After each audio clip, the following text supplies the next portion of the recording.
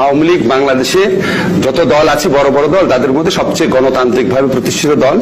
আওয়ামী লীগ বাংলাদেশের সমস্ত গণতান্ত্রিক সংগ্রামে নেতৃত্ব দেওয়া দল। আওয়ামী লীগ বাংলাদেশের স্বাধীনতা সংগ্রামে নেতৃত্ব দেওয়া দল। আওয়ামী লীগ 1972 সনে সংবিধান প্রতিষ্ঠাকারী দল, যে সংবিধানে ফ্রি এবং ফেয়ার ইলেকশনের আকাঙ্ক্ষা আছে, যে সংবিধানে সমাবেশের স্বাধীনতার কথা বলা আছে, বাক স্বাধীনতার কথা বলা আছে। আওয়ামী লীগ সেই দল যেই দলের প্রতিষ্ঠাতারা এই স্বাধীনতাগুলো রক্ষা করার কথা বাংলাদেশ সংবিধান সন্নিবেশিত করে গেছে।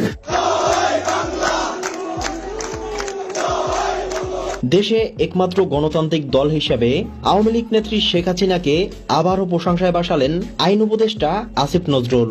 এক সংবাদ গণমাধ্যমে আওয়ামী লীগকে নিয়ে বিস্তারিত বর্ণনা করেন।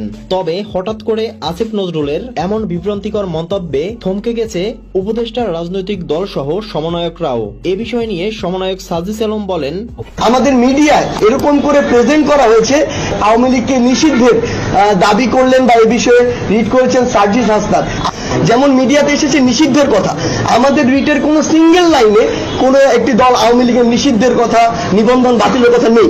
এছাড়াও আওয়ামী লীগকে নিষিদ্ধ করায় বেশ কিছু মন্তব্য করেছে আসিফ নজরুল। তিনি বলেন, কোন দলকে জনগণের মতামত না নিয়ে নিষিদ্ধ করা যায় না।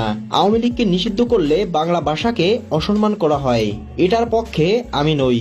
আওয়ামী লীগকে নিষিদ্ধ করা একটা দাবি উঠেছে হাইকোর্টে, সে অফিস থেকে এটার প্রতিবাদ করা হয়েছে, এটার বিপক্ষে দাঁড়িয়েছে। ব্যক্তিগতভাবে আমি মনে করি কোন রাজনৈতিক দলকে নিষিদ্ধ করার পক্ষে আমি না। আওয়ামী লীগ বাংলাদেশের স্বাধীনতা সংগ্রামে নেতৃত্ব প্রদানকারী দল। বিভিন্ন গণতান্ত্রিক সংগ্রামে এই দলটার অবদান ছিল। দেশে আইন শৃঙ্খলা অবনতি ও দ্রব্যমূল্য ঊর্ধ্বগতি হওয়ায় সাধারণ জনগণ আবারও শেখ হাসিনাকে বাংলাদেশে প্রধানমন্ত্রী হিসাবে দেখতে চাচ্ছে। শেখ মুজিবের মেয়ে শেখ হাসিনা, উনারই দরকার। দেশ চালাইলে উনাই চালাইতে পারবো, অন্য কেউ চালাইতে পারবো না।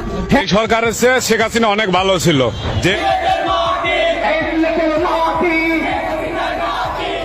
প্রিয় দর্শক, দেশের এই বিষয়গুলো আপনি কিরকম দেখছেন জানিয়ে দিন কমেন্ট বক্সে।